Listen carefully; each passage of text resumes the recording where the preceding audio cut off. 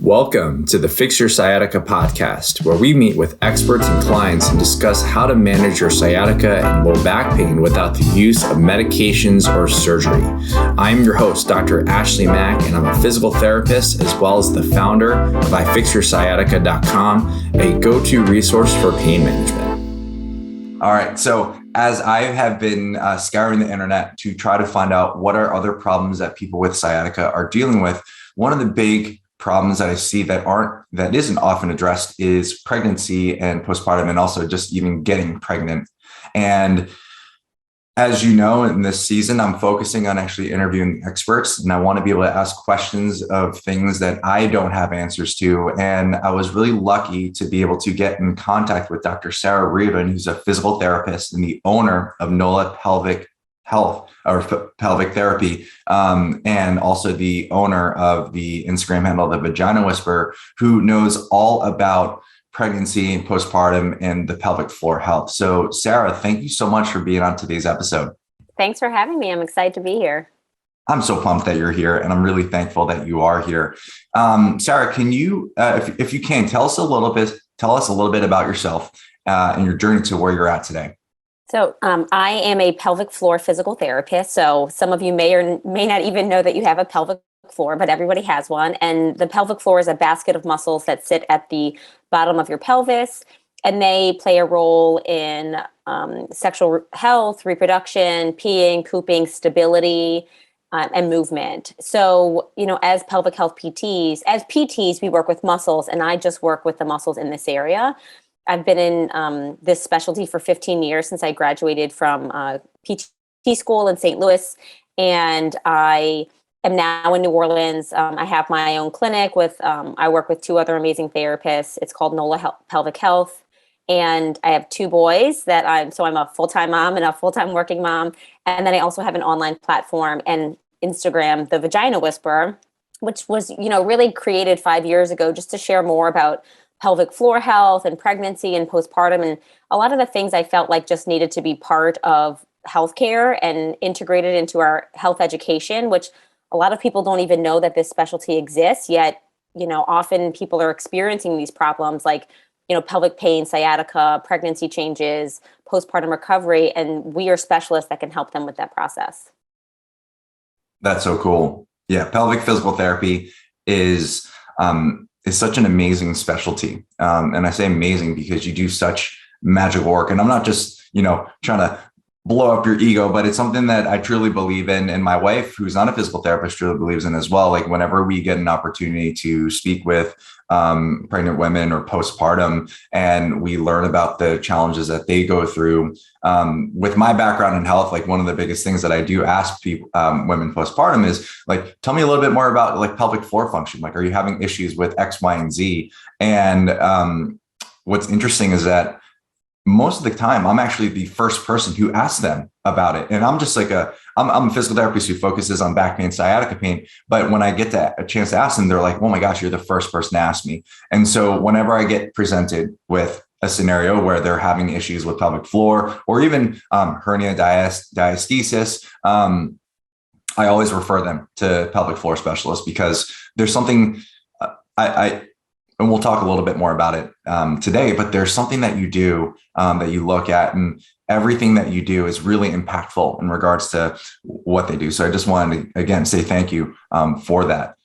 That's awesome. I am, I really love this specialty practice. And I think people always ask, like, how did you get into this? And I didn't have pelvic floor issues. This was the first specialty I picked right out of grad school. I never did ortho. And I think I just really love working with these patients. I feel like to have somebody come in and share these really intimate details about their life, about their sexual health, about their, what they consider embarrassing symptoms or peeing and pooping. It's, they've never really talked to anybody about that. And when they get better and their quality of life is so vastly improved, it feels so rewarding. And so it's, I always say my love language is words of affirmation. And so when they tell me like, oh my gosh, this changed my life, or this is amazing. And like, that keeps feeding my passion to be like, we have to keep educating more people about this and helping more people.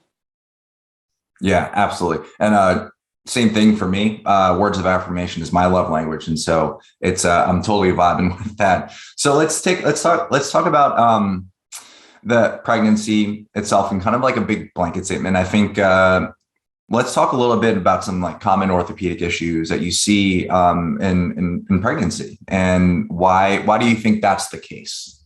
It's a very big, broad statement for you. It is, but I don't think we talk about, what we can visibly see during pregnancy is a growing belly, but I think that what happens during pregnancy is we have ligaments that help support our pelvis. So we think about our pelvis like this bony skeleton. And, we have our hip bones and the pubic bone in the front and the sacrum and the tailbone in the back. But we have ligaments in the front and the back of that pelvis that are designed to actually soften and relax so that our pelvis can expand to accommodate a growing baby during pregnancy. What also happens is our abdomen distends, our pelvic floor muscles become more relaxed, our posture changes. So with all of those changes, it's very natural that some orthopedic conditions can pop up. We can have instability in our joints that cause pubic bone pain, that cause sacroiliac joint or low back pain. We can have postural changes that start causing tension headaches or, nerve pain down the arm or into the hand. And then, with the case of sciatica, because your pelvis is shifting and expanding and doesn't necessarily have that same ligamentous stability, we're asking the muscles to do more. And if those muscles, like your piriformis or your glutes or your abdomen, aren't coordinated or kind of engaged the way that we want them to be, they can often go into spasm or become, achy and tight. And that can lead to some, things like sciatica or what we call piriformis syndrome or, low back pain or sacroiliac joint dysfunction. So, it's just a huge transformation for the body. And nobody kind of tells us, hey, if this happens, we often feel like, oh, it's just pregnancy. But I'm like, well, not every person who's pregnant experiences that. And we can do something about it. Just like if you had back pain and you weren't pregnant, we would address that, just like we can do it when you're pregnant as well. Yeah. So we're looking at really a lot of changes in the body, but they also happen pretty fast, right? Like pretty much in essence, you're growing a human in a span of 9 months, right? And so growing a human from like one single cell to average babies, like between 6 to 8 pounds. And so you're having those changes that occur very quickly and places a lot of that ligamentous laxity. And I love the fact that you actually talked about how as those ligaments start to get loosened to allow birthing to happen, those muscles have to contract a little bit more and they have to do a little bit more work. When I discuss kind of like muscles operating as well as they should or shouldn't, I often talk to my clients about efficiency, the ability for these muscles to do their job. And if they have to do a little bit more, just like when we're holding a plank for 2 to 3 minutes, like our muscles are going to fatigue. But I can only imagine what that's like when those muscles have to work for 9 months or even more as this little human is growing. So let's talk about, I think one of the interesting things, and I've seen this a lot when they're like, oh, the best way to treat this issue is to prevent it in the first place. And I think, yes, that makes a ton of sense. But I think when it comes to people experiencing these aches and pains already, the last thing that they need to hear is to be told that they should have prevented this in the first place. So for the folks who are listening right now, who are like, okay, I'm considering getting pregnant, or I am pregnant, but I don't have these pains right now, and I hope to not have these pains. What are some ways that these women can prevent this onset of achy joints pain from occurring? That's a great question. And some of this is hormonal. So we have a huge change in hormones in our body at the really early stages of pregnancy. So you've got surges of progesterone and estrogen and relaxin, and that naturally will cause some laxity in some folks. But I think if we're thinking about even preconception, one of my biggest things about fitness, about wellness, about pelvic floor health is it's about balance. I think our entire lives I've heard like, oh, do your Kegels and tighten your pelvic floor, or, pull your belly button in and hold your core in. But if we're holding everything really tight and tense all the time, it doesn't necessarily function well. It's just tight. It's not necessarily strong and it's not relaxing well.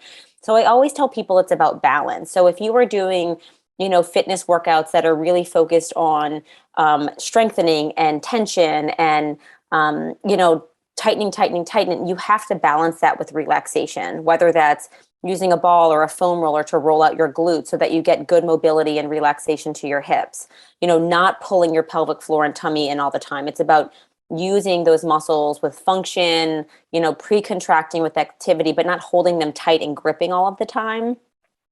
And then, if you're, or on the flip side, if you're a yogi and you do a lot of like relaxation and lengthening, you also need stability. So it's learning how to engage those core muscles, like your pelvic floor, like your abdominal wall, like your deep multifidi, low back muscles. And it's so easy to be like, oh, just do all this stuff. But it's, our body is kind of this symphony. And, if one instrument's off, it kind of makes the whole thing go a little wonky.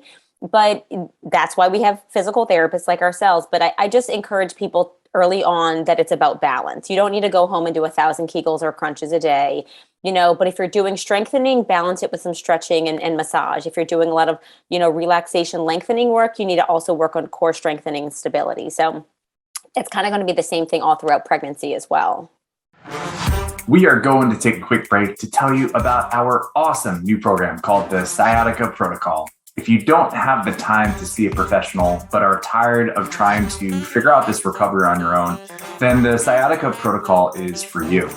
Harness the power of a knowledgeable physical therapist through your phone. It takes no more than 7 minutes per day, and it is designed to help you recover as quickly as possible. Now, having an on-demand physical therapist can cost thousands plus hours of sessions. But with the Sciatica Protocol, you'll receive the same, if not better, customized care completely free. And why are we making this program free? Because I believe that everyone deserves to live free from pain without actually having cost be the biggest obstacle. It is simple to start, and all you need to do is log into ifixyoursciatica.com/the-sciatica-protocol and fill out the 9-question quiz to begin. The link for the program is in today's show notes.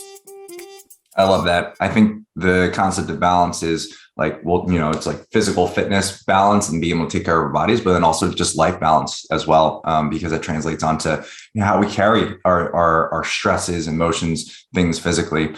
You also bring up a really interesting thing, and I often talk about it with my clients, and we talk about this concept of context. And so the reality is, like, when you are picking up your child, or like, we'll say if you're picking up your 8-year-old kid, right? Your 8-year-old kid definitely weighs a lot different than your 3-month-old baby. And so I think when people are experiencing pain, especially parents who are experiencing pain, we think, okay, if we're experiencing pain, we need to create all this tension. We need to contract. We need to build up this strength. And so even picking up their 3-month-old child, they're creating so much tension in their body compared to, and then also like even picking up their 8-year-old, creating a lot of tension. And so being able to say, and I often tell my clients, it's like the amount of force or pressure or tension that you generate in your body should be relative to the activity that you're doing. And I love the fact that you talk about this balance when it comes to, if you're going to be doing a whole bunch of strengthening, do some soft tissue work, which will allow your muscles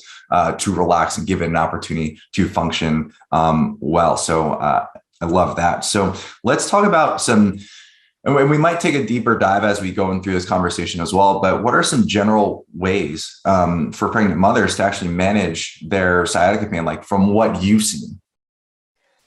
Yeah. So, I mean, even just to touch on what you just mentioned about, in our Western world, I think that we are all about like productivity and intensity and doing more. And we want to keep doing the best that we can.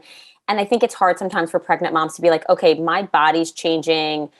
What I can do is changing. It's a letting go a lot of like pride and ego and attachment to like what I used to be able to do.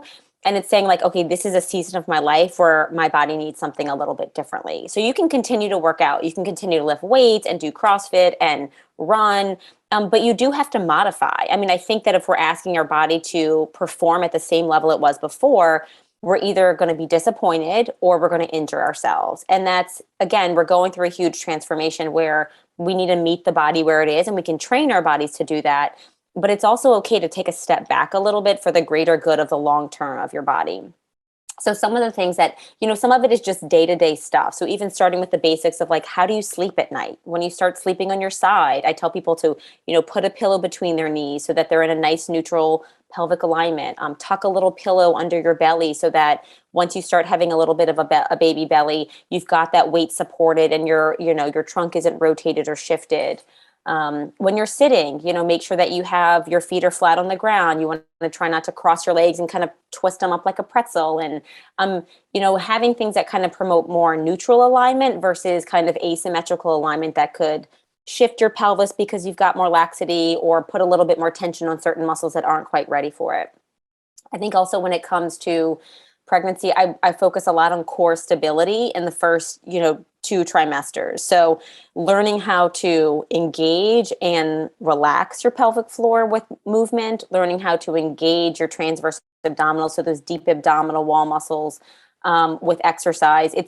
Those muscles get tired and they're not turning on as quickly or automatically when you're doing workouts. So you have to kind of train your mind to pre-contract before you do a move.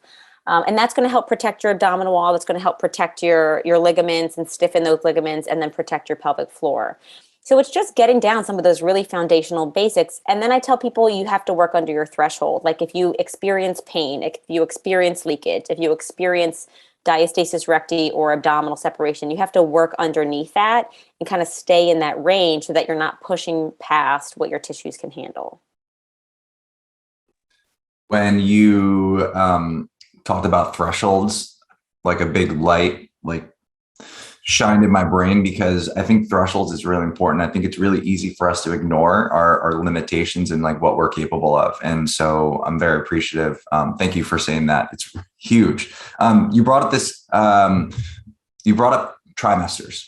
And so I would love to just kind of do like a quick general overview of like the various different trimesters or the 3 trimesters in regards to like things to consider. And you briefly talked about it, but let's talk about, say, the first trimester in regards to like first trimester, mothers going through a whole bunch of changes and they're like, oh, I'm starting to feel some of these aches and pains and even sciatica stuff. Like, what are some safe activities that they can do like during that first stage? Because I know that there's a lot of changes, and I know that's from what I've read and the pregnant mothers I've worked with. Like the first trimester is where I want to be the most careful, but then also like keeping in mind there's a human being in front of me and being able to see like what works best for them.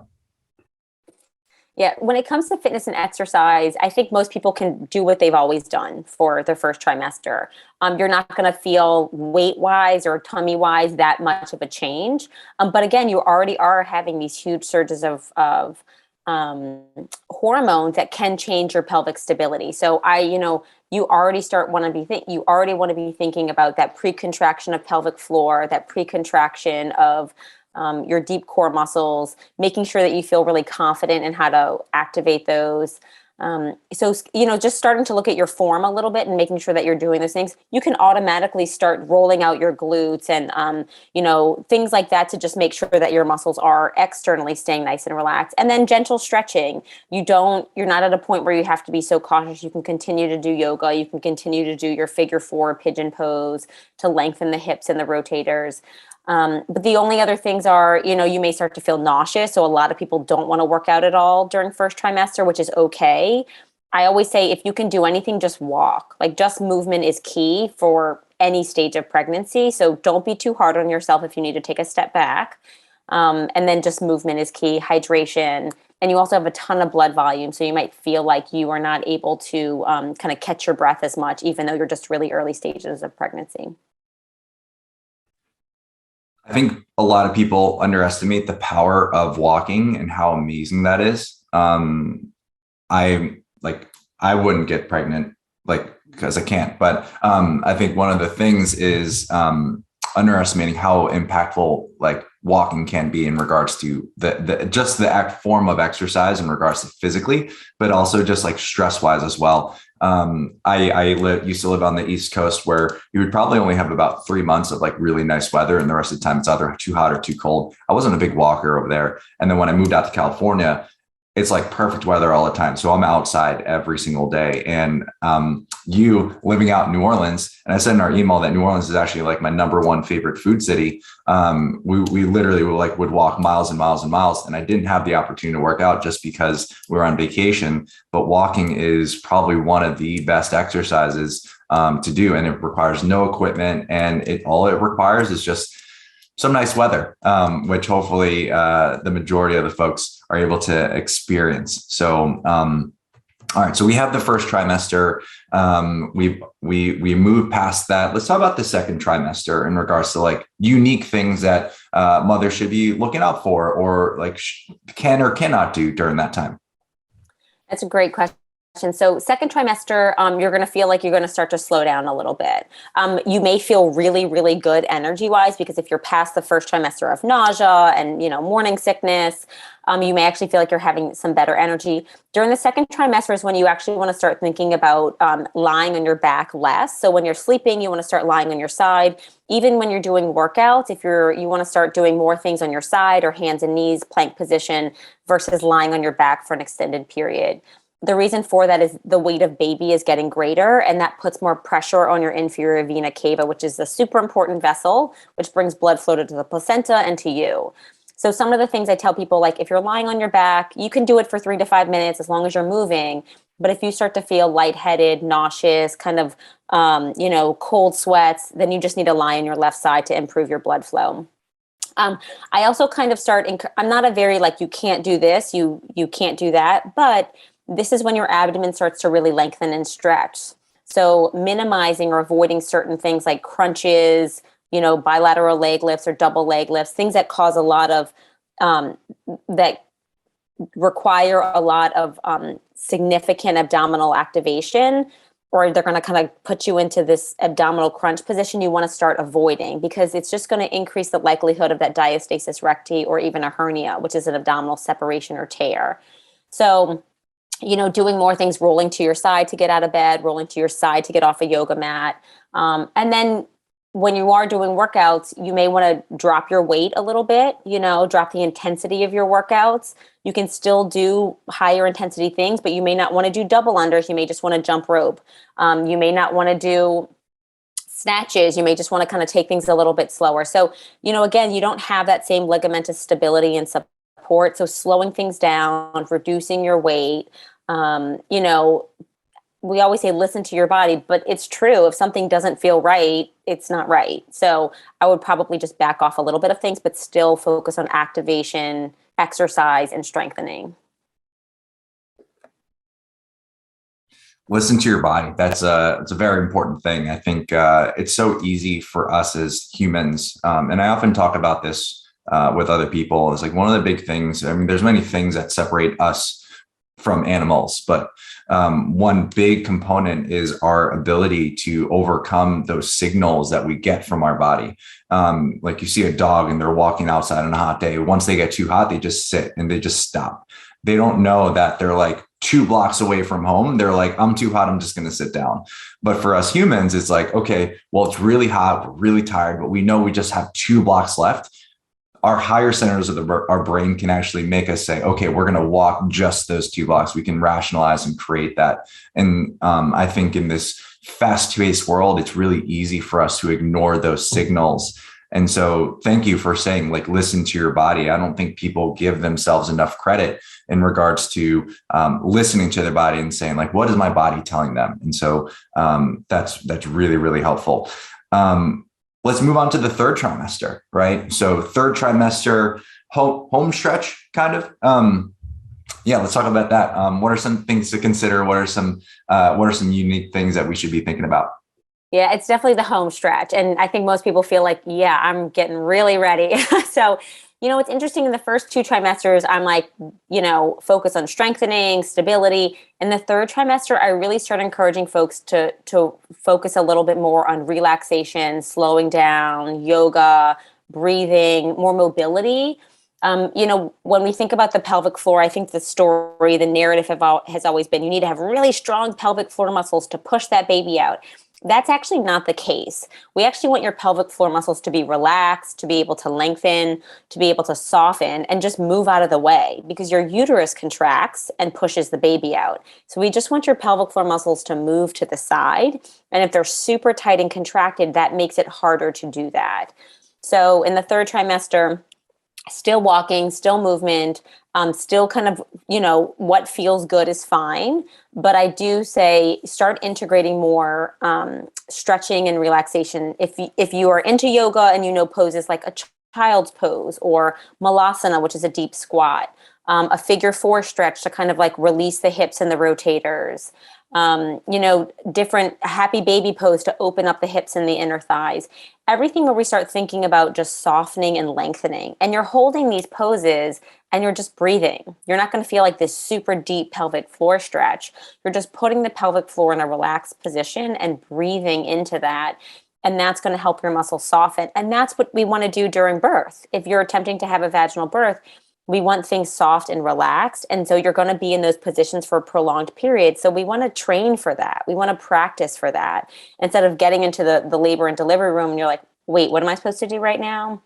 And so we focus a lot on learning how to relax and then also breathing and bearing down, opening up those muscles during the birthing process. So, this is a time where it may feel hard to slow down and you maybe feel frustrated, but again, like your body's giving you information that by this time you could be carrying around 30 extra pounds. You have a lot more blood volume. You're not resting as well. So you do need to slow down, and that's okay. And that's almost kind of priming your body for even after birth. You can't just go back to doing what you used to do. It's a little bit of a transition where you need to rehab and build that strength back before you just jump back to what you were doing before baby was, in your belly. For sure. And I can only imagine like when, one, breathing is huge. I think I made this statement and I think I read this somewhere else, but like most humans, will say Americans, like we're over ventilated in regards to a lot of air exchange, but we're also, we are, we're under oxygenated in regards to like, we're not giving ourselves an opportunity to exchange that oxygen and that carbon dioxide between our blood and the air that we breathe, because we either hold our breath, take shallow breaths, or we're breathing too fast. We don't have the opportunity to do so. And what that does, it actually elicits that stress response where everything will start to kind of speed up. And we talk about like cortisol response. We talk about like muscles getting really, really tight. And it seems as if during this trimester, mothers want to get prepared for the birthing process, where you need to be able to have the relaxed muscles to let the baby come out into this world, which is such a beautiful and amazing thing. And I can only imagine, we don't have any children yet, but I can only imagine that that's just the beginning, because when you have the little human and you have the baby, there's a whole bunch of other things that you need to consider. And so let's talk about baby's born. Let's talk about postpartum. And I mean, totally different world. There's another human that you brought into the family, and that is going to be working into the day. So what are some, so when it comes to getting back into activity or adjusting to this, even just picking up your child, what are some things that we should be considering at that point? Yeah, so this kind of goes into a huger soapbox that I like to get on about.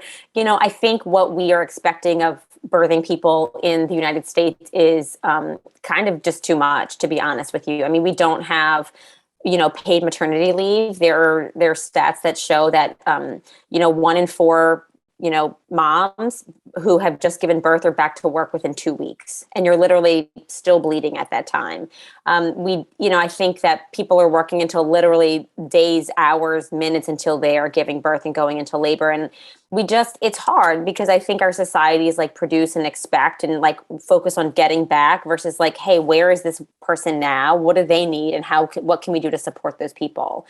And so I think the first thing is like, we need to lower our expectations of ourselves, and we need to also have society get on board and help support that process. So, for a postpartum mom, you're typically in the hospital somewhere between 2 to 3 days. 30% of moms are giving birth via cesarean section now, and that's a major abdominal surgery. And so regardless of the method of you giving birth, movement is still important. I tell moms I want you up and walking on day 1 of giving birth, whether you had a cesarean birth or a vaginal birth. In the hospital, you can use the bassinet for support. You can use an IV pole. You can have somebody walk with you. But I want you up and moving because that really helps promote blood flow, healing, mobility, working on getting that upright posture after you've maybe been kind of hunched over for a while. But then, once you come home, those first 2 to 3 weeks, you're still kind of settling in. You are hydrating, you're feeding yourself, you're feeding baby. You're working on taking your first poop, which is a hard thing to do after you've had blood loss or had surgery.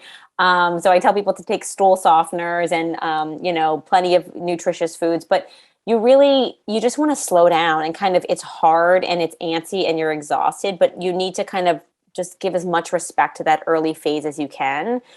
I find that the moms who go back to working out or the gym or running too quickly end up doing literally more damage to their bodies in the long run.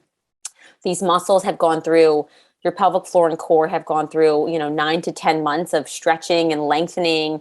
And then you've gone through the whole process of birth. And we need to kind of just give yourself some initial healing.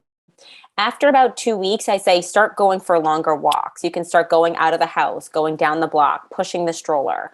If anything causes you pain or an increase in bleeding, that's information that you probably need to scale back a little bit. And then I really have moms starting to work more on rebuilding their core strength, working on pelvic floor and core, really low level exercises around 4 weeks. And then you start kind of activating those muscles lying on your back and then move into sitting and standing where you're doing squats and lunges. But that whole kind of early rehab process is 12 weeks. So that whole first 12 weeks, you're not running, you're not jumping. You can start doing some body weight supported exercise or resistance stuff with light bands, but just super gentle and easy. And then after that 12-week mark, if you've built up some of that strength, you can start returning to kind of running, jumping, higher weight lifting activities. But give yourself some time and do the work in the early stage. And I really feel like moms do better in the long run. The long-term gain for sure. And so you're providing some really amazing guidance.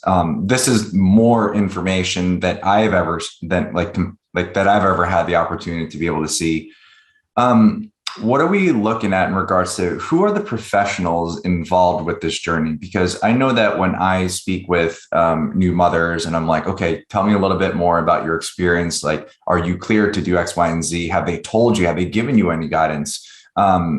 I know that for the parents that I speak with, I haven't had too much guidance from their healthcare professionals. So let's talk about what the reality is like in regards to like what is out there and what should be happening.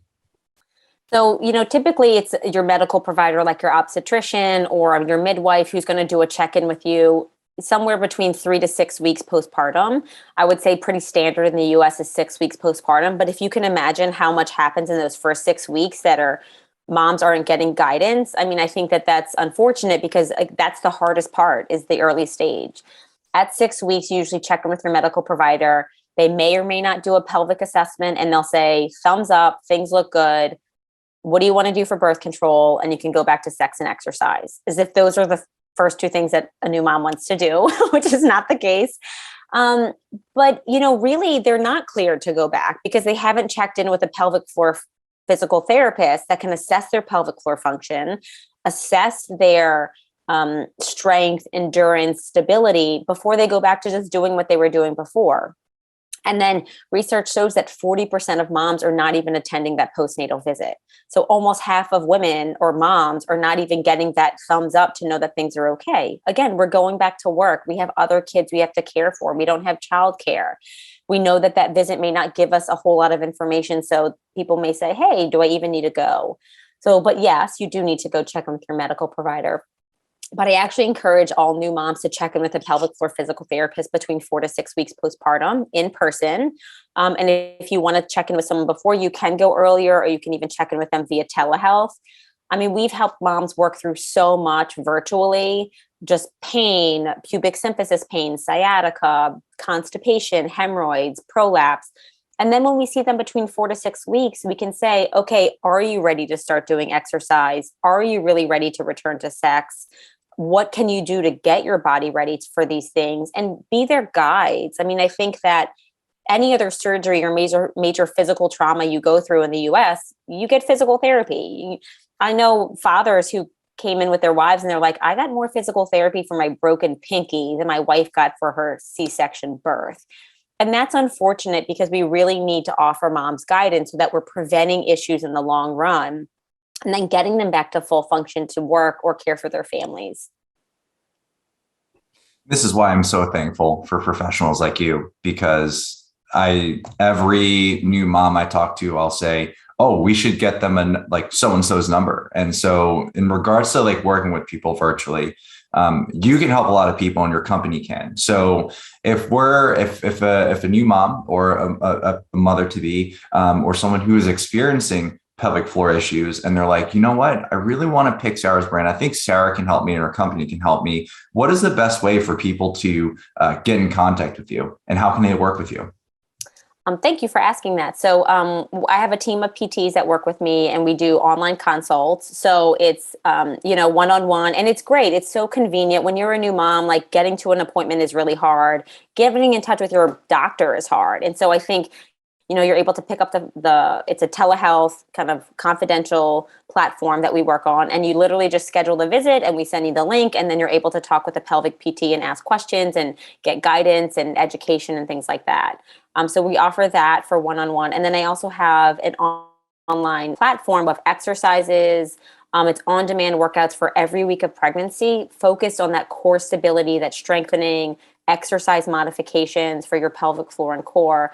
And then third trimester, focusing a lot on childbirth preparation, learning how to push, and then postpartum recovery. Like, where do you start? I think a lot of moms feel like, I don't even know what's okay to do, what's not to do. Am I doing it right? So it's literally a 12-week kind of postpartum recovery program, walking you through the basics of how to start building up core and pelvic floor stability, using your breath so that you're not straining or holding your breath, and then getting you back to kind of higher level fitness activities like running or CrossFit, or even just, going back and to the gym to just do regular workout classes. It's really just to help be your guide. I have a similar feeling to you. I'm like, the people who live in my town shouldn't be the only ones who get access to this information, and it needs to be affordable and accessible. And I really created the platform to try to be able to meet that need. Sarah, you are amazing. And I'm so thankful that we now know each other. And I'm so thankful that you have this. So there you have it. We have this entire journey of pregnancy and postpartum. It's a we'll just say 9 to 12 month process, which is just the beginning of a new life. And there is hope if you are experiencing sciatica pain and just pain in general to live a happy and pain-free life. And professionals like Sarah and myself, like, we exist to be able to help you live, so then that way you can be the best parent that you can be. So Sarah, thank you so much for your time today and your expertise. Listeners, I'm actually going to be putting Sarah's contact information in the show notes. So if you want to reach out and get involved with those programs, you absolutely can. Sarah, thank you again for your time today. Thanks so much for having me. Thank you so much for tuning in. We hope you got some help from today's podcast. And for more info, check us out at ifixyoursciatica.com. Have a fantastic and pain-free day. No patient-therapist relationship is formed by listening to this podcast. We are not providing medical advice, and all information should be confirmed by a medical provider.